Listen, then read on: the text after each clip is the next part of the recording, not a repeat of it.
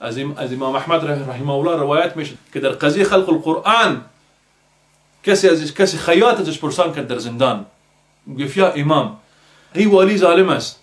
گفت من خیاط از این والی هستم، تکره بر میره و برش کالا را برش میدوزم. گفت من خدا آیت مبارکه داخل نمیشه، مستاق می آیت نیست که فلا تركبوا الذين ظلموا فتمسكم النار، که شما بر کسایی که ظلم کردن رکون نکنین، میل نکنین به این کسا، فقط میل بودن به او بگذار کسی به او باشه، فقط میل نکن. اگر این کار کنین حتما آتش جهنم شما را حتما میچشه، شما با جهنم داخل این متوجه باشید. امام احمد گفت نه، گفت تو زمین ظالم هستی، تو زمین ظالم هستی. گفت خیلی ترکنو کی از کسایی که رکون میکن؟ گفت او کسی است که تو از پیشش تار میخری به خاطر که کالا را بدوزی و هم میدونه که تو با حاکم ظالم کالا میدوزی. این کدام حاکم از زمان امام احمد رحمه الله؟ حاکمی که با قرآن و سنت حکم میکنه همه حاکم ظالم است. حتی برای این حکام از امام سفیان ثوری نقل قول میشه که ایاک والامراء، ایاک ان تدنو للامراء، که به امرا نزدیک نشو. چرا؟ میگیره بعضی علمای فاسق فاجر اینا من ایش چی به خود جور کردن، من ایش یک زینه جور کردن که ما میخوایم که به خاطر به امرا نزدیک شویم، به خاطر که بتونیم که مشکلات مردم حل کنیم. در حقیقت میگه این زینه است که فساق و فجار به خاطر مصلحت شخصی خود ساختن. امام سفیان ثوری وقتی که این اداره سر میزنه در وقتی است که اسبهای مسلمانان در شرق، در ترکستان شرقی است، در سرحدات چین و در غرب در اسپانیا و در نزدیک کوههای پیرنی و پاریس در فرانسه هست که اسلام در وقتی این اداره سر میزنه که مردم مجاهد هستند. نظام همه ظلمه و فجری و فسقی بودن که کارا میکردن. خب امروز مشاهده میکنیم که اینایی که همه اسلام بریدن، پس آیا میشه به تو در مفید واقع شوه؟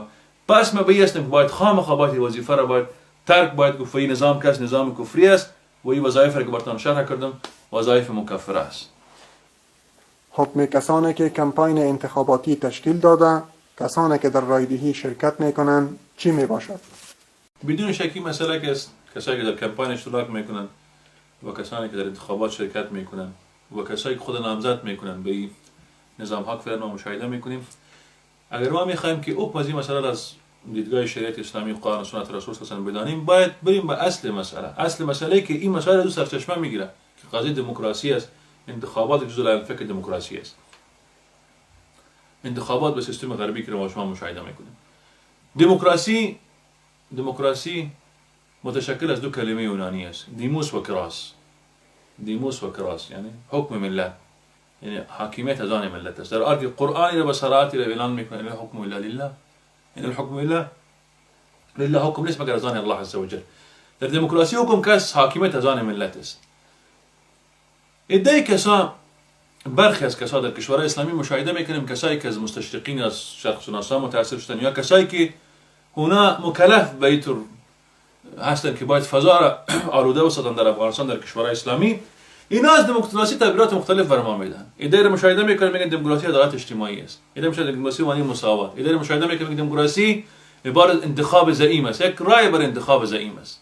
خب ها همه این معانی رو در دموکراسی در بر میگیرن؟ نه. وقتی که ما میخوایم که یک کلمه را وقتی مورد بررسی قرار میدیم، مورد خوانش قرار میدیم، کلمات دو نوع است. یکی او کلمات است که مردم با او آشنا هستند، مثل آفتاب و مهتاب. یکی کلمات شرعی است که از خود مطلوب شرعی داره، مثل صلات و زکات و حج و قیام. قبلا ما به این اشاره کردیم. یکی کلمات است که او اصل عربی نداره، از اصل عربی اشتقاق، مثل کلمه دموکراسی، مثل کلمه مثلا کمونیسم. اینا کلمات عربی نیستن. پس وقتی که ما میخوایم این کلمه را مورد خوانش قرار بدیم، اصل معناش درک کنیم، باید بازگشت کنیم و رجوع کنیم به او اولین کسایی که امی کلمه را گذاشتن و مراد از این کلمه چی بود، مقصد از این کلمه چی بود. بخاطر اگر ما این اصل بحث علمی تقاضاش همین است. اگر ما کسایی نیستیم بتونن مردم ببینید. عمر بن خطاب رضی الله عنه میگه لست بالخب ولا الخب یخدی، نه انسان مکار هستم نه کسایی که مکار و فریب دهنده هستند مرا فریب میدن. این باید صفت مؤمن باشه. المؤمن الکیس الفتن، مؤمن زرنگ و هوشیار است.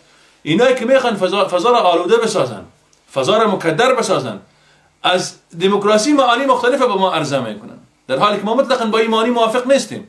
ما میخوایم بحث علمی دقیق باید صورت بگیره، بحث موضوعی صورت بگیره تا بتونیم ما منجه برسیم. دموکراسی دو کلمه یونانی است و نام دیموس کراس. چرا؟ به خاطر ما مقدمات دموکراسی این شکل انتخابات کسی را ما در یونان مشاهده میکنیم. وقتی که با کتب ما کتاب ها رجوع کنیم بازگشت کنیم، اینو ما در یونان مشاهده میکنیم و در اونجا مشاهده میکنیم که کسایی که در اونجا حاکم بودن مردم متنفذین بودن. در اروپا دموکراسی وقتی قضیه مورد و این عرضه اندام میکنه که در اروپا بین پاپ، سلطه پاپ ها و میان مردم کشمکش آغاز میشه. این کشمکش که فشرده براتون عرض کنیم، این کشمکش منجر به سقوط چی میشه؟ منجر به سقوط سلطه پاپ ها میشه. سلطه پاپ ها به خاطر پاپ یا کسایی که در کلیسا حاکم بودن، اونا در یک ائتلاف شوم با حکام قرار داشتن علیه ملت. اونا هر چیز بی بودن که هر کاری که ما انجام میدهیم، هر فتوایی که ما صادر میشه، این 100% از آن این فتوا از طرف الله عز و جل است. حتی فتاوا را صادر کردن که مطلقاً مصادم با چی بود؟ با علم بود. مثلا بگوییم مثلا انکار از جاذبیت زمین، انکار از کرویت زمین، همه فتاوایی بود که مصادم با علم بود. حتی دانشمندای علمی را بودن کنار همه چی کردن، با آتش زدن در اونجا.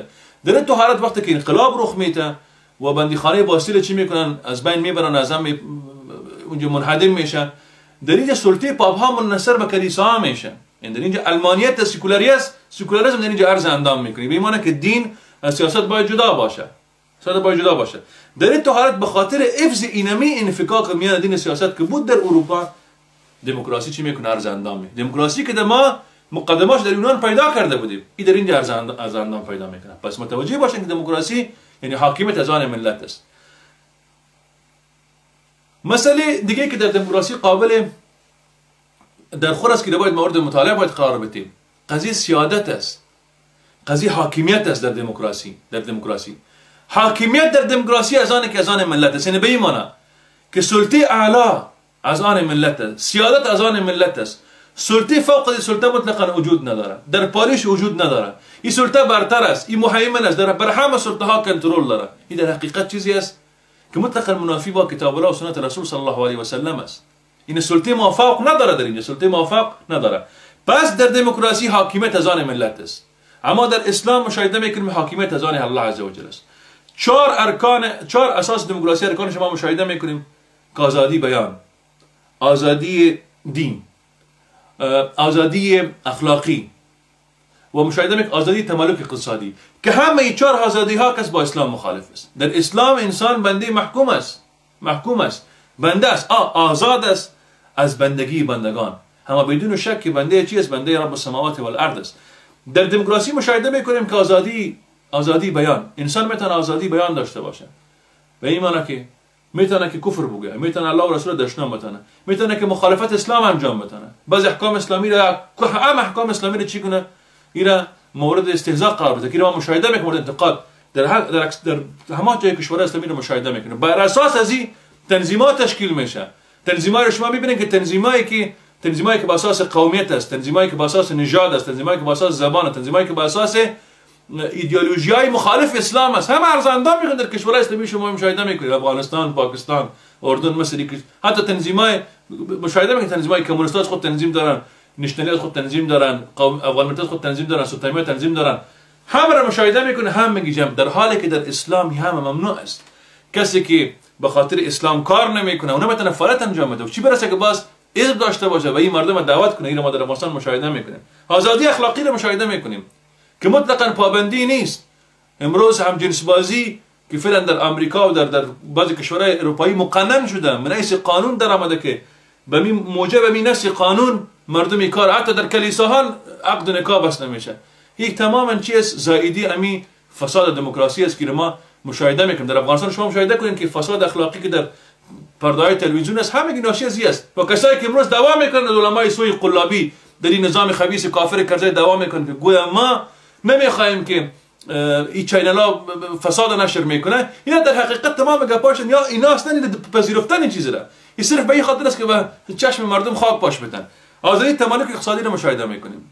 در نظام دموکراسی ربا، سود مشاهده میکنیم. هم سود در حقیقت ستون فقرات اقتصاد دموکراسی رو مشاهده میکنیم. اقتصاد راسمالی کاپیتالیسم مشاهده میکنیم. در همه جهان اسلام و غیر جهان اسلام مشاهده. اینطور بانک رو شما پیدا نمیکنین. بانک رو پیدا نمیکنین که پاکیزه سود باشه. حتی بانکایی که به این زعم هستن که ما بانکای اسلام، چرا؟ به خاطر اون بانک هم که است با بانکای ملی که مرتبط است در کشورها و بدون تعامل ربوی و سودی امکان نداره که بانک امور خود به پیش ببره. اینو مشاهده میکنیم.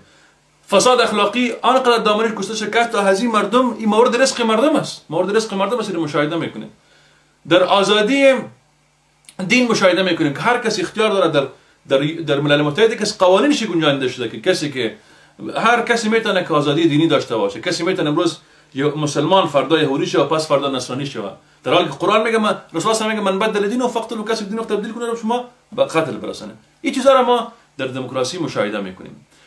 در دموکراسی متوجه باشین دموکراسی دین است. از این خاطر ما همیشه به این باشین که دموکراسی دین است. حتی کسایی میگن دین سیاست جداست، هم دین است. این خودش یک دین دیگه است. این دین چی است؟ دین منهج را، شیوه را اختیار کردن به خاطر زندگی که در تار پود زندگی چی باشه؟ دخیل باشه. یک منهج زندگی، منهج متکامل زندگی. دموکراسی منهج متکامل زندگی است. ما مشاهده میکنیم در همه بخش ها، در اجتماع، اقتصاد، سیاست همگی. خب این آزادی های فردی که ما شما مشاهده کردیم، اقتصادی گپا همگی با اصل و اساس اسلام که بارت از چی باشه؟ از امر معروف نهی از منکر باشه، با این مخالف است. با این مطلقاً مخالف است. دموکراسی با توحید مخالف است.